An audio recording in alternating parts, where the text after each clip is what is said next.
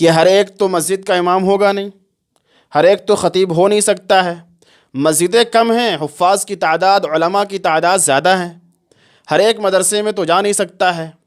اس کے سلسلے میں امت مسلمہ کو بیٹھ کر غور و فکر کرنا ہوگا کہ جو حفاظ پڑھ کر آ رہے ہیں، جو ہمارے علماء پڑھ کر آ رہے ہیں، کیسے ان کا معاشی نظام صحیح ہو، کیسے ان کا کاروبار، ان کو روزگار ملے۔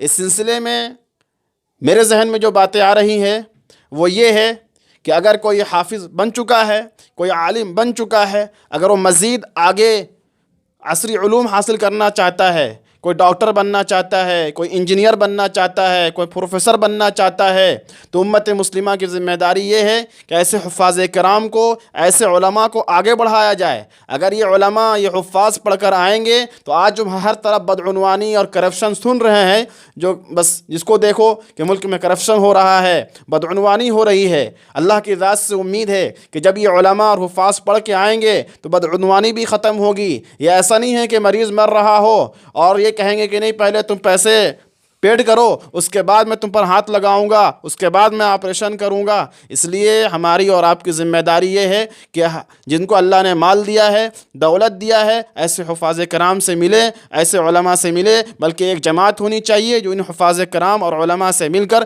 ان کو آگے کی تعلیم حاصل کرنے کے راستے کو آسان کرے۔ اور اگر کوئی کاروبار کرنا چاہتا ہے تو میں یہ بھی لوگوں سے عرض کروں گا، درخواست کروں گا کہ آپ ان کو اپنا پارٹنرشپ بنا لیجئے، آپ ان کو ان کے لیے پونجی کا انتظام کر دیجئے۔ بہتر تو یہ ہوگا کہ آپ ان کو ہدیے کے طور پر دے دیجئے، اگر ہدیے کے طور پر نہیں دے سکتے ہیں تو آپ ان کو قرض کے طور پر دے دیجئے۔ اللہ کے نبی صلی اللہ علیہ وسلم کی ایک صفت یہ بھی تھی کہ آپ صلی اللہ علیہ وسلم کما کر بے روزگاروں کو دیا کرتے تھے، کما کر بے روزگاروں کو دیا کرتے تھے۔ تو بڑا ثواب کا کام ہے کہ آپ کے ذریعے سے ایک حافظ، ایک عالم، ایک مفتی، ایک اچھا دیندار آدمی، ان کو روزگار مل جائے گا۔ یہ آپ کے لیے بہت بڑا ثواب کا بھی کام ہوگا، اور اس کے ذریعے سے ہمارا معاشرہ بھی درست ہوگا، ہمارا ماحول بھی درست ہوگا، مسلمان انشاءاللہ ترقی بھی کریں گے۔ ہر ایک کی خواہش یہ ہوگی کہ ہم اپنے بچوں کو حافظ بنائیں، اپنے بچے کو عالم بنائیں، کیونکہ جب یہ اس طرح کا ماحول ہوگا تو ہر ایک کے اندر یہ شوق، یہ جذبہ پیدا ہوگا۔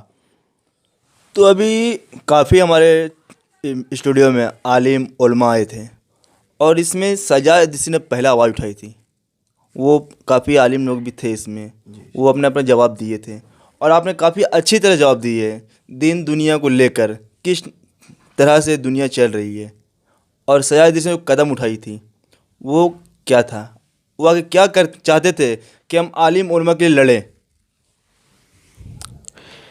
یہ سوال تھوڑا سا اور واضح ہو جائے گا تو بہت اچھا رہے گا۔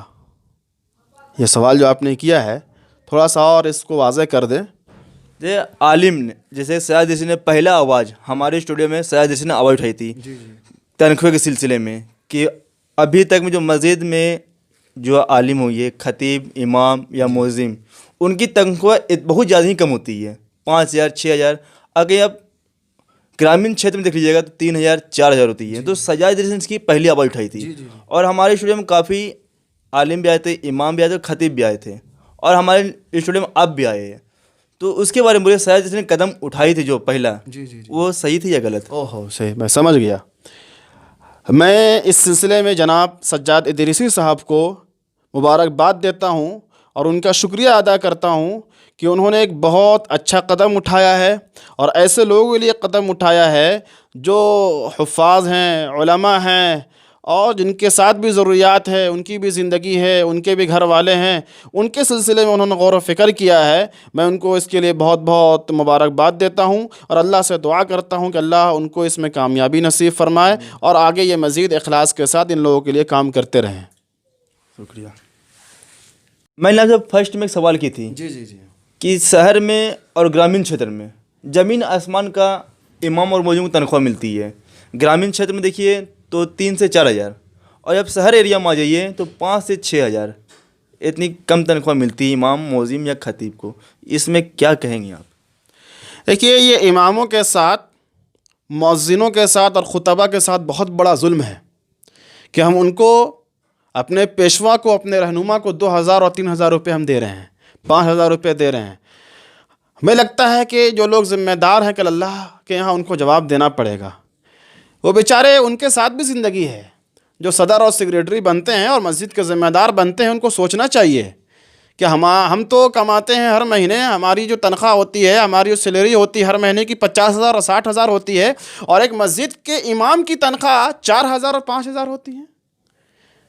کہ اللہ پوچھے گا نہیں کہ تمہارے ساتھ تو ضروریات تھی اور ان کے ساتھ ضروریات نہیں ہے؟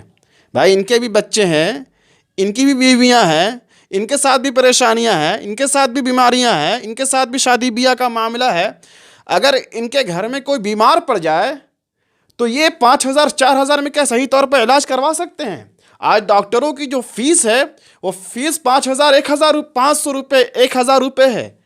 اس میں ڈاکٹر پھر کہتے ہیں کہ یہ جانچ کروائیے، یہ جانچ کروائیے۔ اگر اس کی رقم کو جوڑی جائے اور پھر دواؤں کی رقم کو جوڑی جائے تو ایک مہینے کی تنخواہ وہ پوری کی پوری علاج میں چلی جاتی ہے۔ اگر کسی امام اور مؤذن کی 2-3 بیٹیاں ہو جاتی ہیں تو امام اور مؤذن سوچتا رہتا ہے کہ ہم کیسے ان بچیوں کی شادی کریں گے۔ آج کل ہو یہ رہا ہے کہ مسجدیں شاندار بنانے کی فکر کی جا رہی ہے کہ ہماری مسجد بہت شاندار ہو، لیکن اسی مسجد کے امام کے بارے میں آپ پوچھیں گے تو معلوم ہوگا کہ اس مسجد کے امام کی تنخواہ کتنی ہے؟ 7,000 8,000، اور مسجد میں کتنا لگا دیا؟ 50 لاکھ 60 لاکھ سے زیادہ صرف تعمیر میں خرچ کر دیا۔ اور بعض ایسے کام کیے جاتے ہیں کہ وہ میرے خیال سے مسجد کو اتنا سجانا بھی درست نہیں ہے شرعی لحاظ سے۔ کیا اللہ یہ پوچھے گا نہیں کہ تم نے جو ہے ناجائز طریقے پہ مسجد میں امت کا مال خرچ کیا ہے اور وہی امام اس کو تم کم تنخواہ دیا کرتے تھے؟ کہ اللہ اس کے بارے میں نہیں پوچھے گا؟ آج تو حال یہ ہے کہ مسجدوں میں الحمدللہ آمدنی کے ذرائع بھی ہیں۔ جو لوگ کہتے ہیں کہ نہیں آمدنی نہیں ہے، آپ کیا جمعہ کے دن آپ کے پاس آپ کا چندہ ہوتا ہے، ہفتہ واری چندہ ہوتا ہے۔ بعض مسجدوں میں ممبر بنے ہوئے ہیں، بعض مسجدوں کا حال یہ ہے کہ وہاں مسجد کی زمین پہ لاج بنے ہوئے ہیں، بعض مسجدوں میں مسجد کی زمین پہ دکانیں بنی ہوئی ہیں، بعض مسجدوں میں وقف کی جائیدادیں ہیں جس کی آمدنی مسجد میں آ رہی ہے۔ وہ سارے پیسے کہاں جا رہے ہیں؟ آپ ان پیسوں کے ذریعے سے امام اور مؤذن کی تنخواہ کیوں نہیں بڑھاتے ہیں؟ تعمیری کام کرنا غلط نہیں ہے، لیکن جتنی ضرورت ہے اتنا کیجئے، ضرورت سے زیادہ مت کیجئے۔ باقی آپ اپنے اماموں اور مؤذنوں اور خطبہ کی فکر کیجئے۔ میں آپ کی اسٹوڈیو سے یہی پیغام دینا چاہتا ہوں۔ شکریہ۔